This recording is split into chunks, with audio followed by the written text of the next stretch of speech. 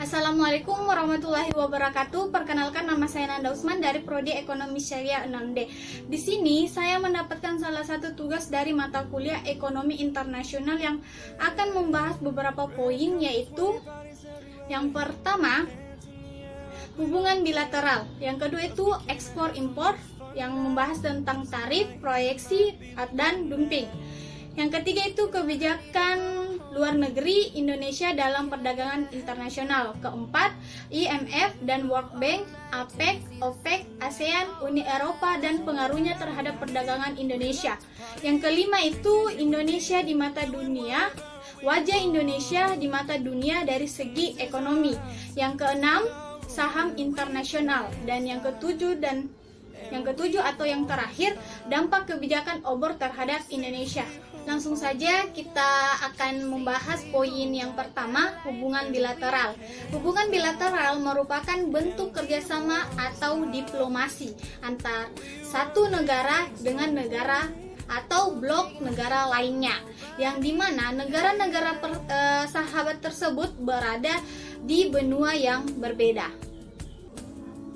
Jadi, ada banyak sekali hubungan yang dilakukan suatu negara dengan negara lain, seperti perdagangan antar negara, kerjasama dalam bidang politik, kerjasama dalam bidang teknologi, kerjasama dalam bidang pendidikan, dan lain sebagainya. Adapun tujuan kerjasama bilateral tersebut tergantung dengan kepentingan kedua negara yang menjalin kerjasama. Ada beberapa tujuan kerjasama bilateral secara umum, yaitu yang pertama untuk memasarkan produk suatu negara ke negara lainnya. Yang kedua, untuk mendapatkan bahan kebutuhan yang diperlukan apabila di negara sendiri tidak memproduksinya. Yang ketiga, memperoleh investor untuk kemajuan perekonomian suatu negara. Yang keempat itu untuk memperoleh ilmu teknik militer yang lebih maju. Dan yang terakhir, untuk menjalin persahabatan dengan negara lain. Kita ketahui di setiap negara pasti melakukan hubungan kerjasama dengan negara lain, seperti halnya Indonesia. Beberapa di antaranya yaitu kerjasama Indonesia dengan Jepang, kerjasama Indonesia dengan Brunei Darussalam, kerjasama Indonesia dengan Thailand, kerjasama Indonesia dengan Arab Saudi, dan kerjasama Indonesia dengan Korea Selatan dan beberapa negara-negara lainnya. Dan perlu kita ketahui juga bahwa setiap hubungan kerjasama dengan negara-negara lain pasti ada plus minusnya. Selanjutnya itu kita beralih ke poin kedua, yaitu ekspor impor, tarif, proyeksi, dan dumping. Ketika kita mencakup ranah perekonomian internasional, pasti akan disuguhkan dengan kegiatan ekspor dan impor. Ekspor merupakan kegiatan menjual barang ke luar negeri, dan sebaliknya, impor merupakan kegiatan membeli barang dari luar negeri sesuai ketentuan dan peraturan yang berlaku. Dari kegiatan ekspor dan impor ini dikenakan tarif berupa pajak, bea cukai, untuk meningkatkan pendapatan atau untuk melindungi perusahaan domestik dan persaingan barang impor. Dumping adalah politik dagang yang menetapkan harga jual di luar negeri lebih rendah dari harga normal. Tujuan dumping ini adalah untuk meningkatkan pangsa pasar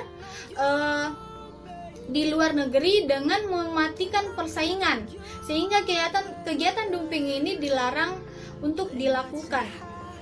Dengan kata lain, kegiatan ekspor impor, baik itu tarif, dumping, proyeksi, pasti ada positif dan negatifnya. Sekarang kita membahas poin yang ketiga, kebijakan luar negeri Indonesia dalam perdagangan internasional.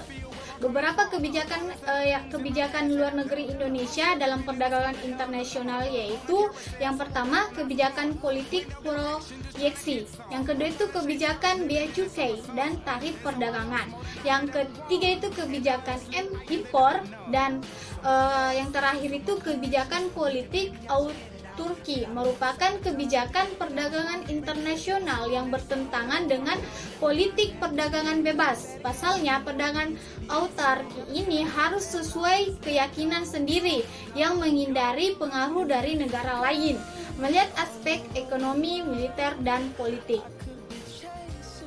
Poin keempat, IMF dan World Bank, APEC, OPEC, ASEAN, Uni Eropa, dan pengaruhnya terhadap perdagangan Indonesia. Pengaruh organisasi dunia ini terhadap perdagangan internasional termasuk IMF mendorong kerjasama moneter internasional dan menyediakan saran kebijakan dan dukungan pengembangan kapasitas untuk membantu negara-negara membangun dan membantu negara-negara merancang program-program kebijakan untuk mengatasi persoalan neraca pembiayaan yang memadai dengan persyaratan yang terjangkau tidak dapat diperoleh untuk memenuhi kewajiban pembayaran internasional neto atau net international payment. Selanjutnya kita akan membahas poin yang kelima, wajah Indonesia di mata dunia dari segi ekonomi. Lembaga terkemuka dunia PricewaterhouseCoopers membuat laporan baru-baru ini yang menyebutkan bahwa negara yang perekonomiannya sedang tumbuh akan mendominasi peringkat negara dengan ekonomi paling top di dunia pada tahun 2030. Negara-negara yang dimaksud adalah India, Brasil, juga Indonesia.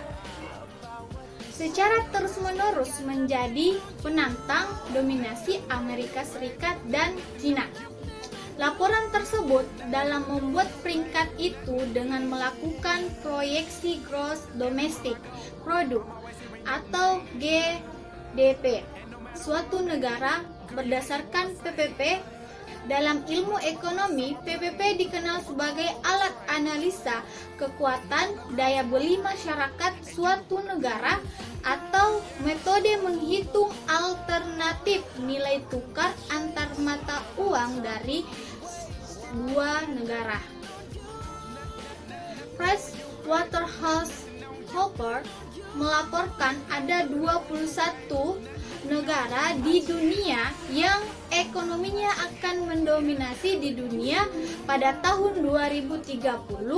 Yang menariknya adalah Indonesia di peringkat 5 menyalip beberapa negara-negara maju lainnya seperti Jerman, Inggris, Kanada, Spanyol, Rusia, dan Arab Saudi, dan negara-negara yang masuk dalam kategori 21 negara di dunia yang ekonominya akan mendominasi.